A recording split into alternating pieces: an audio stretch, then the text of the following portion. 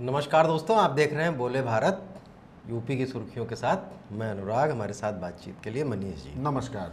Manish ji, Ganga expressway का उद्घाटन हो गया है और इसमें टोल की दरें क्या होगी ये तय किया जा रहा है। कई बार अदला बदली की जा चुकी है, लेकिन इसी बीच सीएम योगी ने एक महत्वपूर्ण घोषणा की है कि अगले 15 दिन के लिए ये एक्सप्रेसवे टोल फ्री रहेगा। बिल्कुल अनुराग, बहुत अहम एक्सप्रेसवे है। प्रधानमंत्री नरेंद्र मोदी ने इसका उद्घाटन किया। 594 किलोमीटर लंबा है और 36,000 करोड़ की लागत से ज़्यादा इस पर लागत आई है और पश्चिमी यूपी को पूर्वांचल से जोड़ने वाली एकलौता ये एक्सप्रेसवे। अभी तक जो 18 घंटे लगते थे मेरठ से प्रयागराज आने में, वो 6-7 घंटे में दूरी सिमट गई है। इतनी बात तो हो चुकी। अब जब ये उद्घाटन के बाद एक्सप्रेसवे खोल दिया गया था, उसके बाद टोल की दरों में परिवर्तन भी 3 दिनों देखा गया। अमूमन ₹2.55 पर किलोमीटर के हिसाब से एक्सप्रेसवे पे टोल निर्धारित किया गया था। उसके हिसाब से 1514 रुपये इसका टोल हुआ। लेकिन 1514 रुपये पहले दिन वसूला गया, फिर 1800 रुपये हुआ, फिर 1765 रुपये हुआ। फाइनली ये हुआ कि 15 दिनों तक के लिए इसको टोल फ्री कर दिया जाए। तो ये एक बड़ी राहत है। देखिए, सिर्फ इसमें ज़रूरतमंद ही नहीं ट्रेवल कर रहे हैं। पूर्वांचल एक्सप्रेसवे कैसा बना है, उस पर यात्रा का क्या रोमांच है, इसके लिए भी लोग कुछ दूरी तक चल रहे हैं। और एक फिगर आया है इतने दिनों में, 4-5 दिनों में, कि करीब 40 गाड़ियां प्रति घंटे के हिसाब से टोल क्रॉस कर रही हैं या उस पर एक बार में चल रही हैं। तो अभी हालांकि बहुत शुरुआती है, तो ये धीरे धीरे बढ़ेगा ही। लेकिन ये एक बड़ी राहत है कि 15 दिनों तक टोल फ्री रहेगा। दरें तो बहुत कोई निर्धारित करना बड़ी बात नहीं है, वो तो एक सिंपल कैलकुलेशन है। भाई, यूपी के जितने भी एक्सप्रेसवेज हैं उन सब पे टोल दरें निर्धारित हैं, तो ये निर्धारण हो जाता। लेकिन ये बड़ी राहत है। और मुझे याद है अनुराग कि 2022 के विधानसभा चुनाव से पहले जब पूर्वांचल एक्सप्रेसवे का उद्घाटन हुआ था, तो वो तो करीब 1.5-2 महीने टोल फ्री रहा था। तो इससे काफ़ी लोगों को राहत मिलेगी। और चूंकि मौसम भी पिछले दिनों 2-3 दिनों से बहुत सुहावना था, तो वैसे में एक्सप्रेसवे पे यात्रा करना भी लोगों को बहुत अच्छा लगता जाते हैं। पूर्वांचल पे भी लोग उसके खुलने से पहले ही यात्रा करने लगे थे।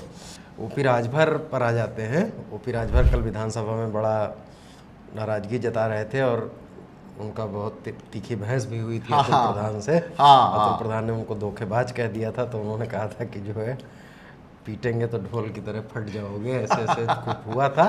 लेकिन आज एक बड़ा दिलचस्प मामला ये सामने आया है। उनके खिलाफ एक गैर जमानती वारंट जारी किया गया है। 2019 का एक पुराना मामला है चुनावी भाषण का। और चुनावी भाषण का नहीं हो यार, जनसभा का हो, जिसमें ये कहा जा रहा है कि उन्होंने जो जनसभा की थी भाजपा के खिलाफ की थी, और उसमें उन्होंने कहा था कि भाजपाइयों को चप्पल चप्पल मारेंगे। नहीं अनुराग, क्या है, भाजपा के खिलाफ उन्होंने क्यों ऐसा बयान दिया था, मैं आपको, लोगों को याद भी होगा और याद दिला भी दूं। 2017 का चुनाव ओम प्रकाश राजभर ने भारतीय जनता पार्टी के साथ मिलकर लड़ा, फिर वो मंत्री बने, फिर छोड़ दिया। लेकिन सामाजिक न्याय की रिपोर्ट लागू करने को लेकर 2018 में उन्होंने इस्तीफा दे दिया और 2019 में वो सपा के भाजपा के बगावत में चुनाव लड़े। उसी समय 2019 के लोकसभा चुनाव में मऊ में उन्होंने एक जनसभा में कहा था कि यदि भाजपा के लोग आपके दरवाजे पे वोट मांगने आए तो उनको जूते चप्पल से पीटिए। इस पर मऊ के थाने में उनके खिलाफ मुकदमा दर्ज हुआ था, ट्रायल शुरू हो गया। कोर्ट ने उनको बार बार बुलाया, समन भेजे, बावजूद इसके ओपी राजभर, जो कि मऊ में ही ज़्यादातर घूमते रहते हैं, कोर्ट तक वो नहीं पहुंच पाए। अब उनके खिलाफ NBW जारी किया गया है। तो अब इसमें आगे देखना होगा कि ओम प्रकाश राजभर का कुछ होगा नहीं मनीष। एक बार वो जाके उनके वकील जमानत करा लाएंगे इसमें। और वैसे कोर्ट का मामला है अनुराग। नेता लोग आचार संहिता के मुकदमों से नहीं डरते हैं, वो इस तरह के नहीं डरते हैं। लेकिन आपको याद होगा कि आजम खान की विधायकी जो है इसी तरीके के एक भाषण के आधार पे चली गई, जिसमें उनको 2 साल की सजा हुई। वो दूसरी मामला है। सजा तो राहुल गांधी को भी हो गई थी, उसके कारण दूसरे थे।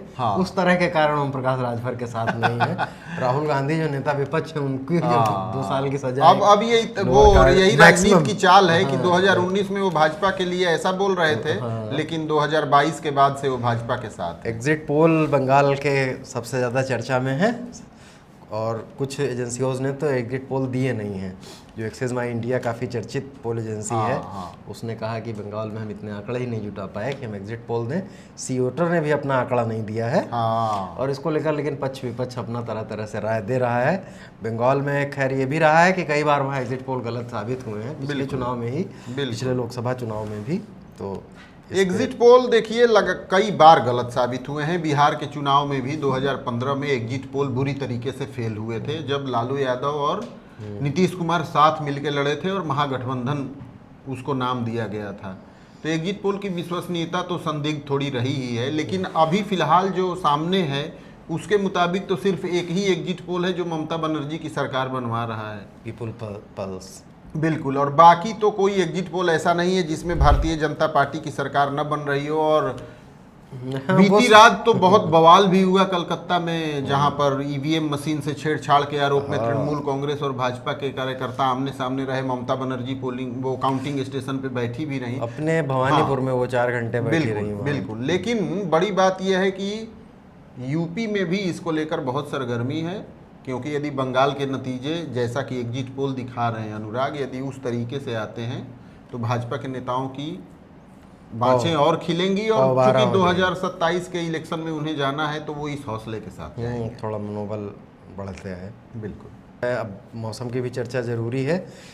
पूरे प्रदेश में हर जगह से खबरें आ रही हैं अंधड़ की, बारिश की, और यहाँ भी आसपास भी हम लोग देख रहे हैं। लखनऊ में भी रात में भी बदली थी, कल पूर्णिमा से पहले का दिन था और चांद रात में बिल्कुल बादलों में छुप छुप के निकल रहा था। आज हालांकि इस समय थोड़ी धूप है, लेकिन धूप में तल्खी कम है।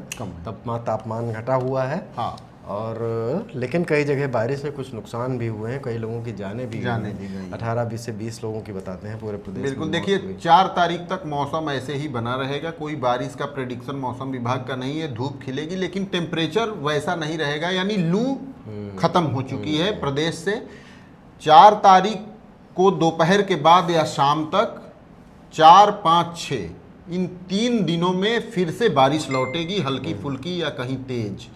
मौसम विभाग का ये प्रेडिक्शन है। कुल मिला के ये है कि जेठ का महीना जब बहुत तपन होती है उसकी शुरुआत राहत से हुई है। और ऐसा हमने पिछले दिनों भी देखा कि जब बहुत उतनी गर्मी की उम्मीद नहीं थी तब तेज गर्मी फरवरी में शुरू हो गई थी, और जब अप्रैल में गर्मी का सीजन शुरू होता है उस समय ठंडक हो गई थी, बीच बीच में बारिश की बिल्कुल। लेकिन तापमान 10 से 12 डिग्री सेल्सियस कम हुआ है। तो हफ्ते 10 दिन तापमान से राहत रहेगी, कुल मिला के आपका ये कहना है। तो यूपी की सुर्खियों में आज यहीं तक, कल फिर नई सुर्खियों के साथ हाजिर होंगे। तब तक के लिए इजाज़त दीजिए। देखते रहिए बोले भारत। धन्यवाद। नमस्कार।